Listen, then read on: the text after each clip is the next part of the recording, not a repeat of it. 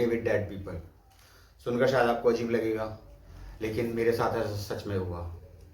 ऐसा सच में हुआ आज से 30 साल पहले, जब मैं अपनी बीमार बुआ जी को देखने ललियाना गांव गया। मेरठ शास्त्री नगर से सिटी बस पकड़कर बागपत अड्डा, बागपत अड्डे से दूसरी बस पकड़ के भट्टा, भट्टे से नेक्स्ट बस पकड़कर चांदी नगर, चांदी नगर से ललियाना गांव। ये 4 बस प्राइवेट रूट की पकड़कर जब मैं 5 घंटे बाद ललियाना गांव पहुंचा तो बुरी तरह थका हुआ था। बुआ जी से मिलने के बाद मैंने घंटे 1.5 घंटे बाद वापस निकलने की कोशिश की, क्योंकि अगले दिन मेरे बच्चों का मैथ्स का पेपर था इवनिंग शिफ्ट में। इसलिए मुझे शाम तक वापस पहुंचना था, जिससे मैं अगली सुबह बच्चों की क्लास ले सकूं। मैंने 2 बजे वापस चलने की कोशिश की तो बुआ जी का देवर आ गया जो दिल्ली से रहता था, और उससे बातचीत करने में 2 घंटे और लग गए। उसके बाद जब मैंने चलने की कोशिश की तो मेरे कज़न्स दिवाली की शॉपिंग करके आ गए, और उसकी वजह से 6 बज गए। 6 बजे जब मैं वहाँ से निकलने लगा तो मेरे कज़न्स को याद आया कि 5 बजे के बाद तो वहाँ से बस ही नहीं है। मैंने बोला कोई बात नहीं, मैं 3-4 किलोमीटर पैदल चल के चांदी नगर से बस पकड़ लूँगा। चांदी नगर से बस मिल जाती थी। मेरे कज़न्स बहुत शर्मिंदा हुए और उन्होंने मुझे अपने स्कूटर से छोड़ने की कोशिश की, लेकिन उनके स्कूटर में पेट्रोल नहीं था। उनकी शर्मिंदगी को छोड़ते हुए और उनका सॉरी सुनते हुए मैं निकल लिया, और निकलने के बाद मैं 4 किलोमीटर पैदल चलने के लिए तैयार था, लेकिन अचानक ऊपर वाले की कृपा हुई और एक बस आ गई। मैंने बस को हाथ दिया। बस में जगह नहीं थी, लेकिन जब मैंने खड़े होने के लिए कोशिश की तो कंडक्टर ने बोल दिया कि एक सीट खाली है, बैठ जाओ। मैं जाकर सीट पर बैठ गया।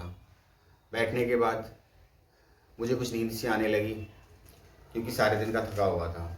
लेकिन जब मैंने सोने की कोशिश की तो मैंने देखा कि बस के जितने भी लोग थे सब एक ही तरह की ड्रेस पहने हुए थे। मुझे थोड़ा अजीब लगा। वो ड्रेस भी ऐसी थी कि उनका पूरा शरीर ढका हुआ था और सर पर भी हुड लगा हुआ था, और वो भी काले रंग का।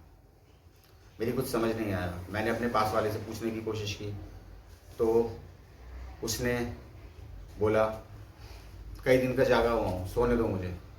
और उसकी ये आवाज़ ऐसा लग रहा था जैसे कहीं दूर से आ रही है। मेरी कुछ समझ नहीं आया। मैंने कंडक्टर से टिकट के लिए पूछा तो उसने भी ऐसी दूर से आती हुई आवाज़ में कहा बैठ जाओ, ले लेंगे।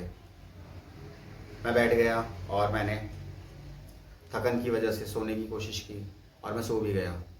कुछ देर बाद मुझे ऐसा लगा जैसे किसी ने मुझे उठाकर फेंका है, और उस धक्के की वजह से, उस झटके की वजह से जब मेरी आंखें खुली तो मैंने देखा मैं बागपत अड्डे खड़ा हूँ। मैं हैरान हो गया। मैंने वक्त देखा। सुबह जिस सफ़र में मुझे 4 घंटे से ज़्यादा लगे थे वो 1 घंटा 20 मिनट में पूरा हो गया। कैसे? और जो बैग मेरी गोद में रखा हुआ था वो उस वक्त मेरे कंधे पर था। इसके अलावा सबसे हैरानी की बात ये थी कि आसपास के लोग बड़ी अजीब नज़रों से मुझे देख रहे थे। वैसे तो रात का वक्त था, लेकिन 10-12 लोग बागपत अड्डे मौजूद थे, और वो सब मुझे ऐसे देख रहे थे जैसे मैं आसमान से टपका हूँ। एक आदमी ने तो बोल भी दिया, कहाँ से आया है बेटे, कैसे आया है? मैंने बताया उससे कि ललियाना गांव से आया हूँ, और शायद दिल्ली वाली बस ने मुझे छोड़ दिया जो जल्दी पहुँचा देती है। कहने लगा बेटे यहाँ कोई बस नहीं आई थी, हम तो अच्छी तरह से देख रहे थे कि तू जैसे आसमान से टपका है या किसी ने लाकर तुझे यहाँ फेंका है। और उसकी बात सच भी थी, क्योंकि मैं लड़खड़ाते हुए आंखें खुली थी, और जब मैं वहाँ के चेहरों को देख रहा था तो मुझे कुछ अजीब लग रहा था। मैंने एक बुज़ुर्ग से उस बात को वेरीफाई करने की कोशिश की तो उस बुज़ुर्ग ने भी वही कहा, और उसके साथ बैठी एक छोटी सी बच्ची ने भी उनके सच की गवाही दी। मेरी समझ नहीं आ रहा था हो क्या रहा है ये। मैंने ऑटो पकड़ा और अपने घर के लिए निकल लिया। रास्ते में एक जगह ऑटो बदलना पड़ता है। मैं वहाँ पहुँचा तो मुझे याद आया भाई ने बोला था कि मुझे कॉल करके बता देना कि तुम मेरठ पहुँच गए। मैंने पीसीयू से भाई को कॉल किया तो भाई ने पूछा कि तू इतनी जल्दी पहुँच कैसे गया? हम तो सोच रहे थे रात को 11 बजे तेरी कॉल आएगी। लेकिन जब मैंने उसे बताया मुझे दिल्ली वाली बस मिल गई थी और मैं 1 घंटा 20 मिनट में पहुँच गया, तो उसे झटका लगा। और फिर उसने कहा बस कैसी थी? मैंने उसे बस का बताया तो वो तो उसने बोला तू सही सलामत है ना, तुझे पता भी है वो मौत की बस है। मेरी समझ नहीं आया मौत की बस क्या होती है, लेकिन उसने जब मुझे बताया कि उस बस का कुछ हफ्ते पहले एक्सीडेंट हो गया था, भट्टे की खाई में वो गिर गई थी और उसमें जितने भी लोग थे वो सब मारे गए, बस एक आदमी उसमें से निकल आया था, कैसे किस तरह पता नहीं।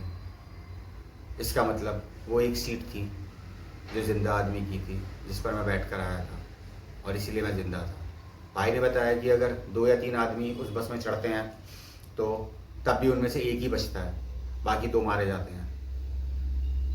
मैं भाई की बातों पर यकीन नहीं कर पाया, लेकिन फिर मुझे याद आया वो मंज़र जो मैंने बस में देखा था। सब लोग काले कपड़ों में ढके हुए, उनका मुंह भी ढका हुआ था। मैंने किसी का मुंह नहीं देखा, शायद वो मुझे डर से बचाने के लिए था कि उन सब के चेहरों पर नकाब पड़े हुए थे। एनीवे, मैं बच गया था, ऊपर वाले का शुक्राना।